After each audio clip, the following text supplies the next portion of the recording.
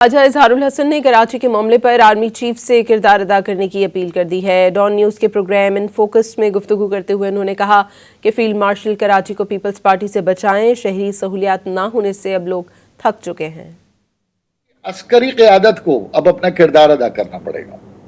हमने 27वीं तरमीम में वोट दिया है और हमने चीफ ऑफ डिफेंस फोर्सेस को अपना आईनी दिफा का सरबराह माना है, तीनों फोर्सेस का।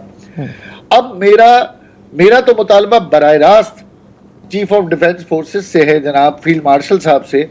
आप मेरा बैरूनी दिफा तो कर रहे हैं, अब आप मेरा अंदरूनी दिफा भी करें। अच्छा। चाहे वो रेंजर्स के जरिए करें, चाहे वो कस्टम्स के जरिए करें, एएनएफ के जरिए करें, पुलिस के जरिए करें, लेवी के जरिए करें, आप एफसी के जरिए करें। मुझे बचाना है आपको। अब सिविक फैसिलिटीज, पीपल्स पार्टी, हम थक चुके ना। ख्वाजा इजहारुल हसन ने कराची के मामले पर आर्मी चीफ से किरदार अदा करने की अपील कर दी है। डॉन न्यूज़ के प्रोग्राम इन फोकस में गुफ्तगू करते हुए उन्होंने कहा कि फील्ड मार्शल कराची को पीपल्स पार्टी से बचाएं। शहरी सहूलियात ना होने से अब लोग थक चुके हैं।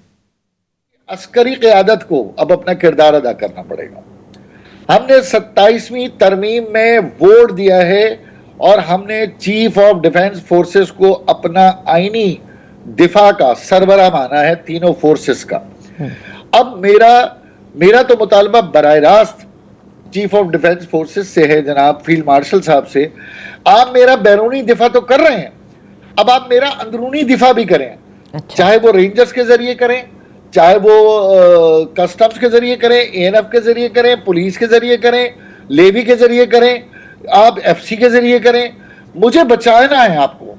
अब सिविक फैसिलिटीज, पीपल्स पार्टी, हम थक चुके ना।